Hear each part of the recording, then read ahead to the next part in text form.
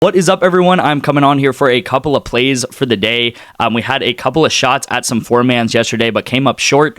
Yesterday, we did have one of our first losing days of 2025. So we're 17 days in, and I don't even think we've had that many losing days. Maybe 3 losing days so far. The rest have been winning days. Pretty much this whole week, we've just had back-to-back four-mans hit and just winning days, crazy winning days, gone up like 15, 20 units some of those days. I will say we probably went down around like 6 units. CounterStrike had some unfortunate things happen, and then these were pretty close to hitting, to be honest with you. Soccer, this guy was like 6 passes away or whatever it is. And then League of Legends right here, I took the overs, and these guys went way under, okay? So with League, it's all about if they win the game, these guys are going to soar over, right? They're going to get a ton of kills, a ton of assists. But if they lose the game, they actually went 0-2, so they lost both maps. They're going to not get many kills at all, right? Because they're losing, right? To win the game, you got to get kills. If you're going to lose the game, you're not going to get kills. So extremely correlated. Hopefully you guys can see this here, just how low that they got because they did not win the game at all, right? If they went 2-0 and they won both games, they would have got they would have soared above their lines right here. So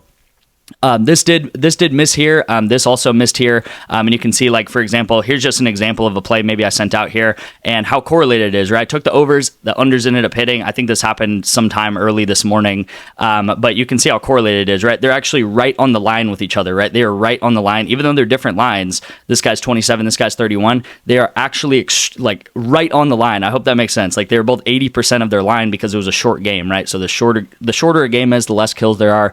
We are actually set up for this afternoon, I think about 2 p.m. or 3 p.m. for Call of Duty. Call of Duty is also correlated kind of in the same ways here. And then I took League of Legends down here at the bottom, and you can see here's an example of the team that actually won their game, right? So they won both their maps, and these guys went over their lines here. So that is what we do. We do correlation on different sports, soccer, esports, football, which you will see in today's video here today. So overall, you guys, we are very profitable on this channel. Like I said, we went down probably 5 or 6 units yesterday, but this past week, we have just been absolutely killing it. This past month, we have been killing it. This is the past 30 days. I showed you guys this yesterday here. The past 30 days, we are up close to 100 units in the past 30 days. So since December 17th, up close to 100 units right there. And if you guys don't know what a unit is, it's how much you're putting on every single bet. Okay, so some of you guys put $5 on every bet. That is your unit size. Some of you guys put $10. Some of you guys put $20. That is your unit size. So it's different for different people, obviously, based on your bankroll. If you have a small bankroll, you're probably betting just $5 a play, which is completely fine. And my whole goal for you guys is to maybe start you out. Hopefully you guys can start out betting $5, $7, something like that per play, and then bump up to a $10, $15 range, and then eventually bump up to 20, 25, 30, and just keep going, right? And it obviously doesn't cost any extra work, right, to just put in a different number on your phone to be betting that. So again, very profitable on this channel right here, on my VIP. So definitely look to join that. And if you're in the VIP, definitely leave a comment down below how good January's been, because I'm telling you guys, I don't even know. I think we've maybe had three or 4 losing days so far in 2025. And again, we're 17 days in. So what's that mean? Like 14 winning days, 13 winning days. And you can see we're very consistent. This graph goes all the way to mid 2024, actually May 17th of 2024. So this is not just something that has happened over the past couple days, you guys. We have been doing this for months and months and months, and everything is tracked right here on this channel. So let's go ahead and get into today's play right here. We do have correlated NFL, so this is happening this weekend, and then we do have correlated CounterStrike down here at the bottom. I'll go ahead and start with the correlated CounterStrike just because I kind of already talked about that, and then we'll get into the correlated NFL up here. So CounterStrike, I've kind of talked about this a little bit, but you've seen the plays either go red, or green together. So that's what we're looking for here. It's correlated based off of game length. So the longer a game goes on, if they're very even teams, if they can't end the game, more kills are going to happen because more rounds are happening. So if the game goes into overtime, if it's a very close game and the game can't be decided, more kills are going to happen in that game, you guys. So this should be a very close game. We have the number 201 team in the world versus the number 193 team in the world. So both of these teams are not very good. They don't really know how to close games out, and they are like 7 spots away from each other. So these should be very even teams, very even match, that do not know how to close games out, right? The reason why I like betting on some of the top of the top, cream of the crop teams is because they really know how to end games. Okay, they can finish games out. They know how to just get the job done, right?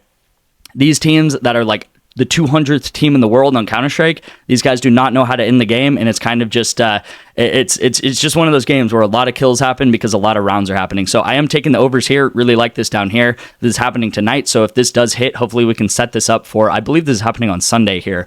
So we do have the Eagles-Rams game right here.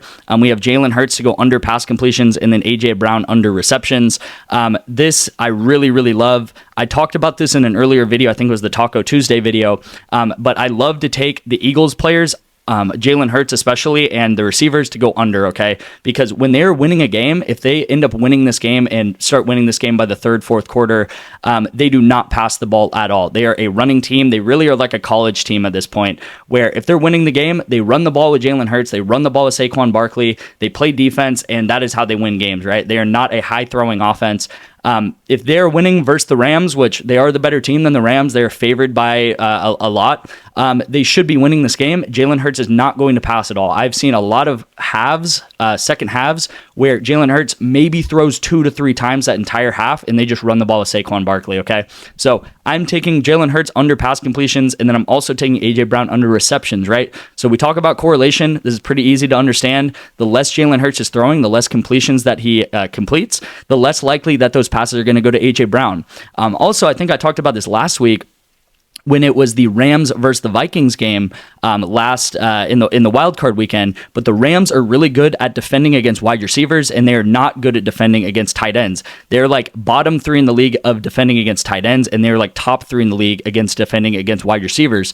I took Justin Jefferson under in that game. It did end up hitting, and T.J. Hawkinson on the Vikings, that I didn't actually take him over, but he actually put up a pretty good stat line. He got like 65 yards for 5 catches, and then Justin Jefferson also got I believe like 65 yards for like 5 or 6 catches there. So they had an even stat line right there. Obviously, that's kind of favoring the tight end because I think Justin Jefferson's a much better player than TJ Hawkinson, even though he's good in his own right.